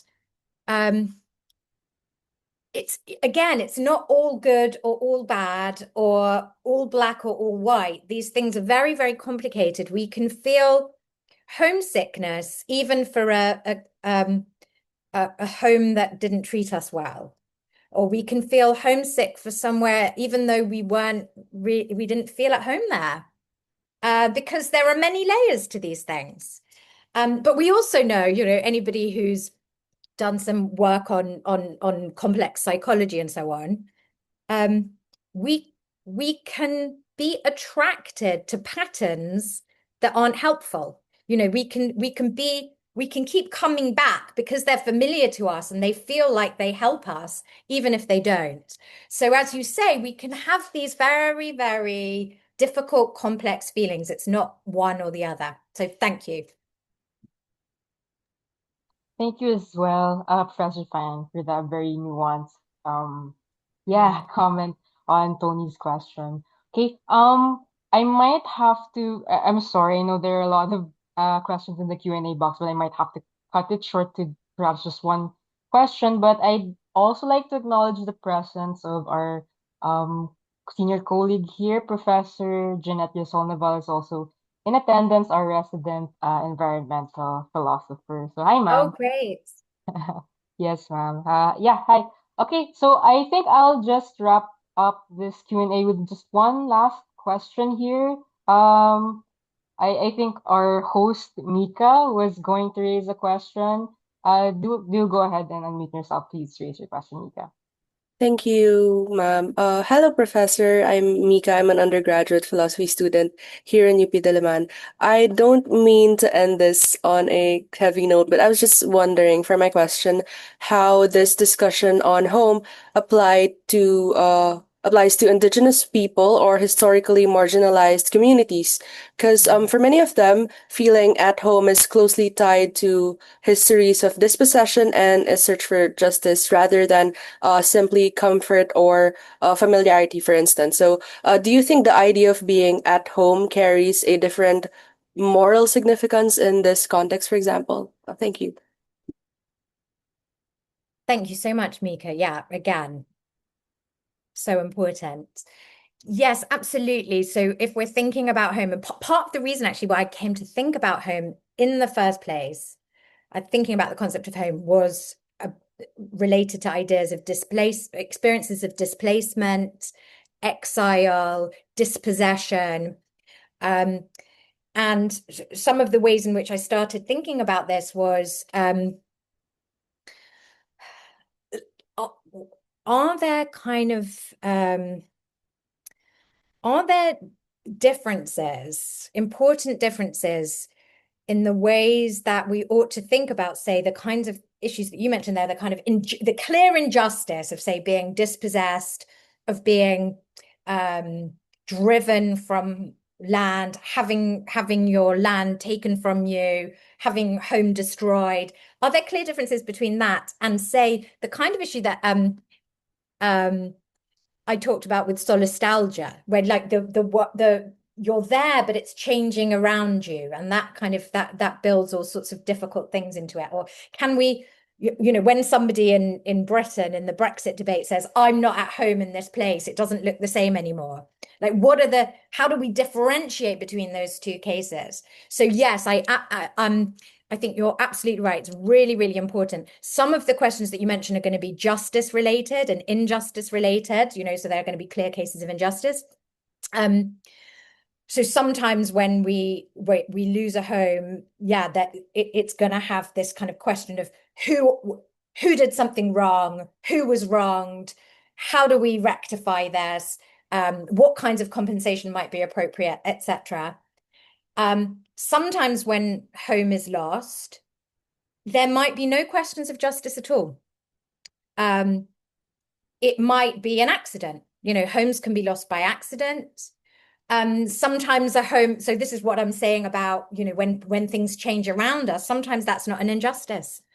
Sometimes we can value something and really care about it, about losing it, even though it's not anybody's fault and nobody's to blame and nobody's done anything wrong and so on. So you've pointed out that there are going to be cases where we really need to think about injustice, about wrongdoing, about reparations and rectification, about self-government and so on. And they're going to require a whole important set of questions and answers. But the other thing that's really important in your question is, so for example, one of the projects that I was working on where we were thinking about solastalgia, one of the researchers had done a project in Kiribati. And the project in Kiribati was about trying to capture the kind of cultural memory online. So capture songs, capture ways, the kind of Kiribati way of life, intangible heritage as well as tangible heritage, with a view to the fact that there's this expectation that eventually Kiribati will be lost because of the rising sea levels. And one of the things that was really important there, beyond obviously that in itself, there's a terrible injustice. So the sorts of questions that you've mentioned about losing home, dispossession, and so on, through no fault of your own. So some of the questions around that, but others of the questions are around different conceptions of relationship between place and people. So a lot of the work on Kiribati was about, for people in Kiribati, there's that the dead are in the same community with the living and are as important as the living, and so being with your dead ancestors is crucial. So the idea of moving away from your dead ancestors is just like unthinkable. And this kind of, or like the relationship between land and person is much more formative than it would be, say, for me, a Londoner. So yeah, I think your point about both a kind of dispossession, but also about different conceptions of home is critical. So thank you. Thank you, Tamika, for that very relevant question. Thank you, Professor Fine, for giving such a brilliant discussion. And I really hate to cut all of this discussion short, but I'm afraid we're running out of time. So again, thank you to everyone, the entire audience who raised their questions. Very, very, very, very fascinating questions. And thank you again, Professor Fine, for entertaining those questions. So yeah, I'll give the floor back to our hosts, Nika and Shine, and I hope you enjoy the remaining parts of the program. Thank you, everyone. Thank you, Professor. Thank you, Assistant Professor Mariel Zosa, for facilitating this engaging question and answer portion. We would like to extend our gratitude to our lecturer, Professor Fine, whose contributions have given us a richer understanding of this specific area of philosophy, to our reactor, Professor Abalos-Orendain, and to those who asked their questions for this very interesting dialogue. Please join me in giving them a big round of applause. Right, that's right. Of course, we would also like to thank all of you for attending and participating today. We are likewise very, very grateful for the students and faculty likewise who worked to make the fourth and final installment of this year's UPD-Cambridge Lecture Series possible. On behalf of the department and the organizers, we hope that all of you leave with newer ideas and knowledge to carry forward in your studies, practice, and all of your dealings. Thank you all for making this event a success with us. And that ends this year's UPD-Cambridge Philosophy Lecture Series. But Mika, don't we have something exciting in store again for this year? We sure do. This coming first semester of the incoming academic year, we will once again be holding the UP Oxford Lecture Series. We will be having 3 lectures, wow, focusing on varying areas of philosophy, and you actually might be familiar with our soon-to-be lecturers as well. So they're here. We have 3. Very exciting, right? Yeah, how exciting. So more details on the UPD Oxford Lecture Series will be released soon on the official Facebook page of the UP Diliman Department of Philosophy. So stay tuned. We hope to see you there. All right, thank you, Shine. Now, as we wrap up this lecture series, we would like to kindly ask everyone to fill out this evaluation form for today's lecture. So you may scan the QR code right here shown on your screen or access the form via the message sent in the chat box. We have the link right there. So your feedback is greatly appreciated and will help us improve our future projects. So yeah, just take a photo if you guys can. All right. Again, thank you everyone for being here with us today. Again, I am Mika. And I am Shine, your host for today. Thank you for attending. And we're looking forward to seeing you in our upcoming events. Have a great day, guys. Thank you. Thank you, everyone, and thank you, Sarah. Well done to the organizing team, to the faculty members and the students. And yeah, thanks everyone for your continuous support. We hope to see you in a few months. Technically, Sarah was already the first speaker for our Oxford lecture series as well because she did her DPhil at Oxford. You can actually represent both universities. Thank you so much. That was absolutely wonderful. Such brilliant comments and questions. I'm blown away by the engagement. I think that was really illuminating. Yeah, I'd say that was our best this year, wasn't it, Mika? Like Mika was making that comment a while ago. Of course it was. Okay. Thank you guys for that. Henry, let's take photos. Sarah, it was wonderful. I really enjoyed this. Thank you. Thank you for so doing much. that. Thank you so much. That was really, really fantastic. And also, again, I have to say, so professional. They're so good I don't know at how this. you They've how do you done do this like it? several times. So they have this Yeah. down pat to each and every, yeah. But really, every element. I honestly, I don't think I've ever had such a professional speaking experience, online or in person. I mean, I'm really impressed. Thanks. Congratulations. Congratulations, everyone. Thanks again. So we'll close the Zoom room in a few seconds in case anyone else. Henry, can we take a photo? Sure, sure. I will let the Gen Z take care Yeah, of. exactly. Not us. Yeah. All right. I'll count to 3. All smiles. 1, 2. One more. 1, 2, 3. All right. Thank you. Thank you so much. Thank you so much. I'll be in touch with you, Sarah. Thank you. Brilliant. Thanks, Henry. Thanks, everybody. Thank you. The Zoom room will be ending in a bit.